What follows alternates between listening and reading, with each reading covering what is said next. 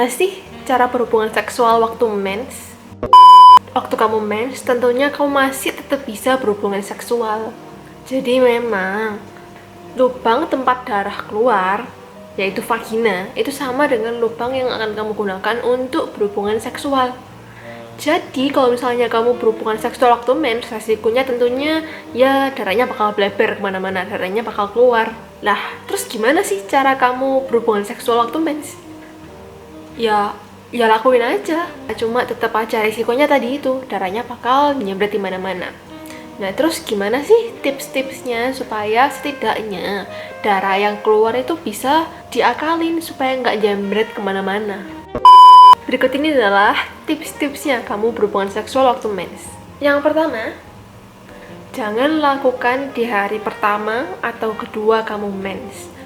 Nah, tentunya kalau kamu cewek, tentunya cewek-cewek udah pada tahu ya, kalau misalnya hari pertama atau kedua kamu mens, itu yang pasti darah mensmu tuh mengalir deras banget.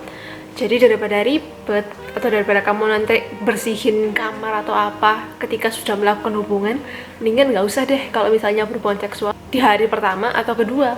Sabar 1 atau 2 hari, oke? Yang kedua, kalau misalnya pun kalian mau tetap berhubungan seksual di hari pertama atau kedua, ya nggak apa-apa. Biasanya orang-orang tuh ngakalinnya dengan pakai handuk. Jadi dia bleber handuk di ranjang dan mereka melakukan hubungan seksual. Nah, ketika sudah melakukan, yang dicuci, yang kotor, yang bleber itu handuknya, bukan ranjangnya. Karena kan pastinya lebih ribet ya kalau misalnya kamu harus ganti kasur ranjang, belum lagi kalau misalnya darahnya tuh sampai merebes ke dalam literally kasur ranjangnya, kamu harus nyikat kasur dong, jadi kan repot. Jadi biasanya orang-orang menggelar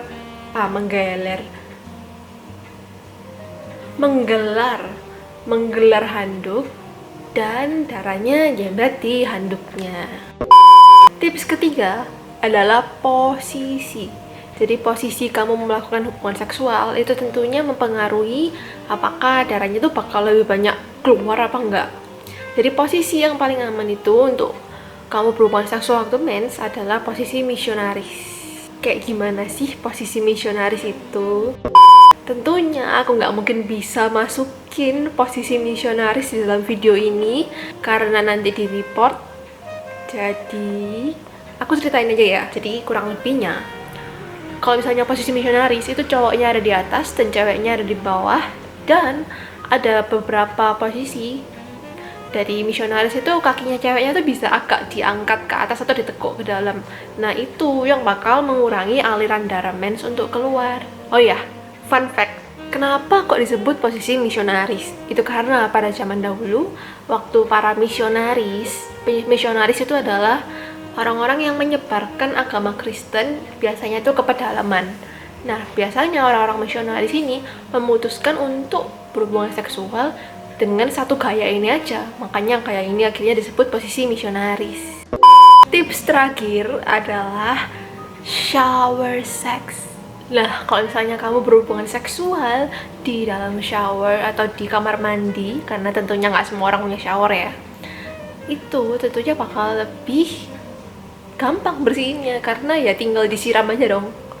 Kalau misalnya kotor badannya, tinggal mandi.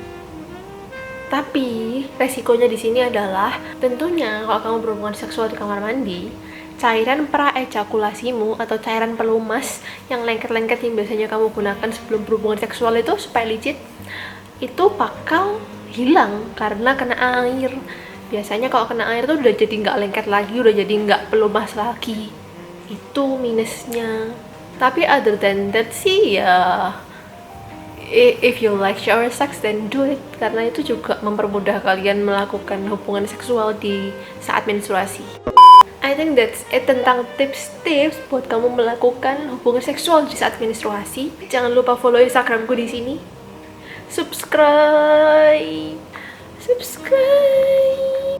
Karena aku bakal terus posting tentang video-video berhubungan dengan edukasi seksualitas atau dating life sesuai dengan psikologi juga, karena aku lulusan psikologi. Oke, then mari kita ubah tabu jadi ilmu. Bye.